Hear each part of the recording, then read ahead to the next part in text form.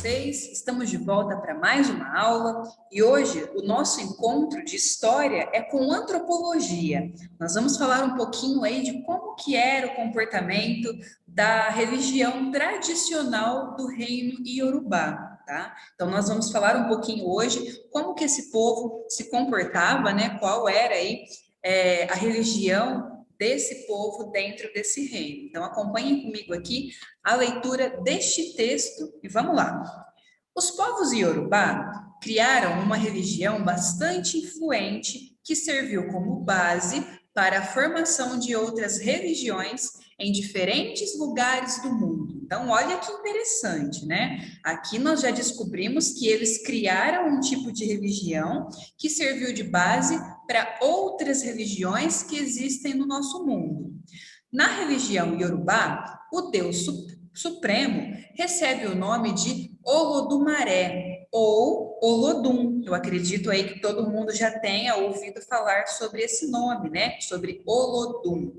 Então, isso é importante, eu vou marcar aqui de uma cor diferenciada, tá? Então, ele pode ser tanto Olodum como Olodumaré, tá? Foi ele quem gerou os orixás, né? Quem são os orixás? Deuses que ficaram encarregados da criação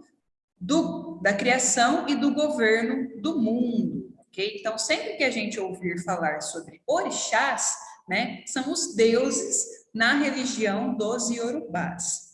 A cidade de Ifé é considerada o local de nascimento da religião tradicional Iorubá, onde as divindades criaram parte do mundo. Então, olha que interessante, né? Nós estamos falando de uma religião que é completamente diferente do que nós estamos acostumados, né? Que é os orixás e o Olorum, né? Eu tinha falado Olodum, mas na verdade é Olorum, ok? Leia o texto a seguir, que apresenta a lenda iorubá para o surgimento da humanidade.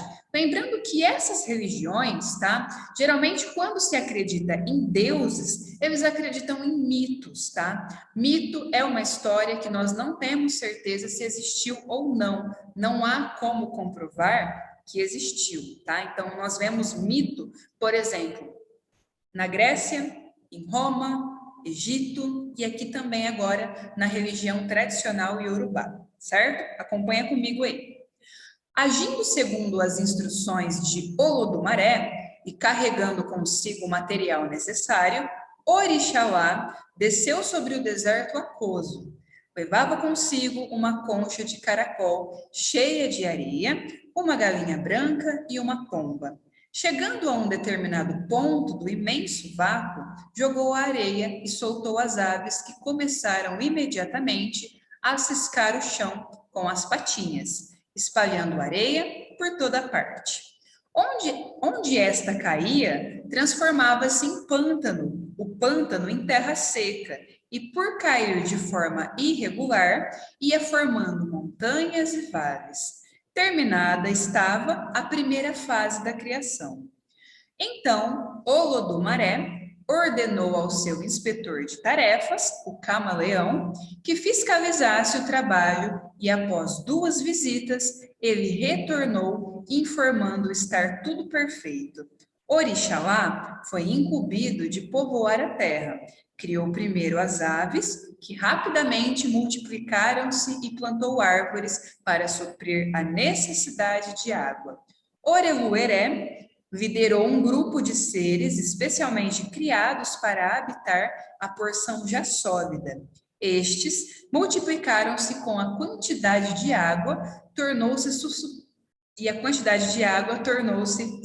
insuficiente. Orixalá pediu mais água e Olodumaré enviou a chuva.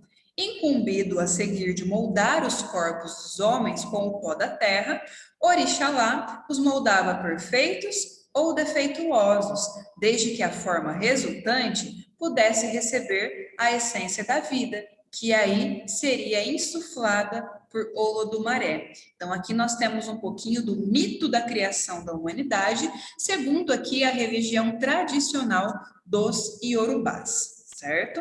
Então, aqui, ó, nesta imagem, né, nós vamos ter o Deus, né, o principal Deus dessa religião. Na próxima página, né, nós podemos acompanhar aqui que, segundo a tradição iorubá, a partir da criação dos primeiros seres humanos nas cidades de fé, a humanidade teria se espalhado para as demais regiões do mundo. Na sociedade iorubá, cada ser humano que chega à Terra não é visto apenas como fruto de seus pais, mas também como um mensageiro do mundo espiritual. Olha que interessante, né? Então, assim, cada pessoa que vive na Terra, né, ele é visto como um mensageiro, como uma pessoa que vai trazer algo de bom ou de ruim para o nosso planeta. O nome da criança não é inventado, mas descoberto. Antes de seu nascimento, seus pais consultam um oráculo para descobrir a procedência espiritual do seu filho. Nesse oráculo, pessoal, eles consultam os deuses para saber aí, né, o que será da vida dessa criança que está para vir ao mundo, tá?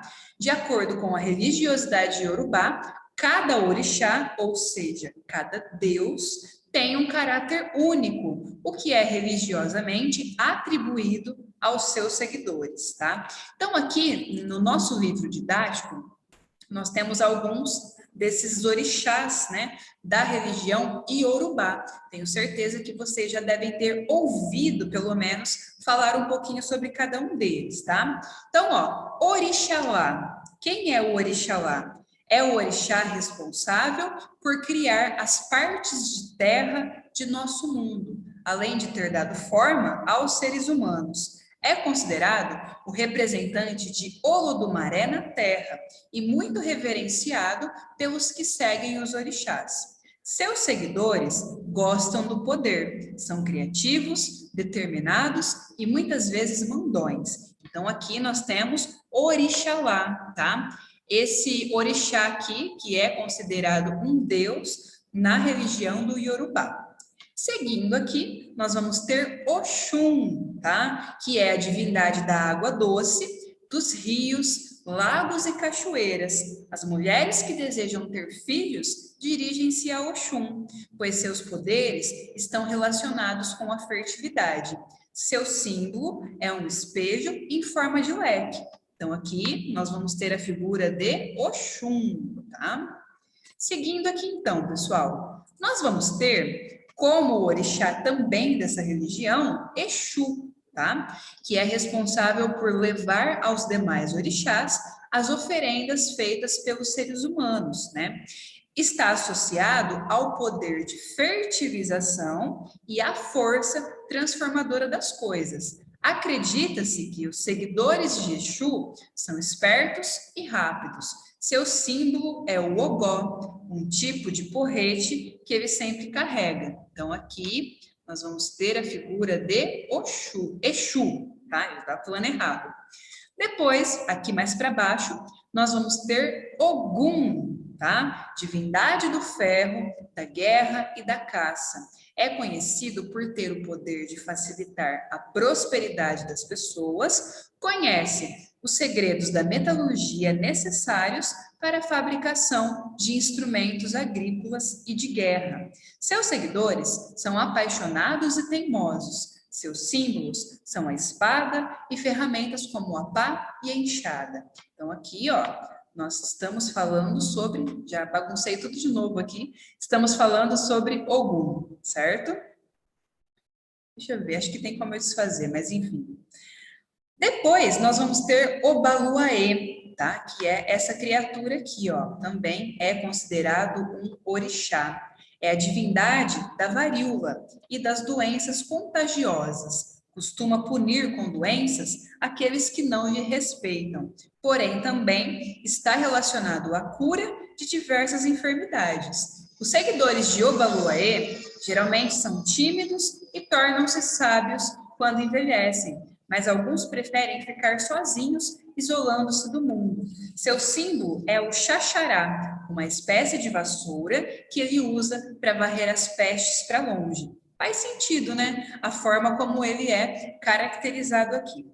certo? Então, essa foi a nossa aula de hoje. Nós vimos um pouquinho aí de como que funciona a religião do Reino Iorubá. Percebemos aí que ela foi a principal fundadora, né, de várias outras religiões que nós temos no planeta atualmente, ok? Então é isso, pessoal. Curta, compartilhe, deixe seu ok. E é isso. Nos vemos na próxima aula. Tchau, tchau e até lá.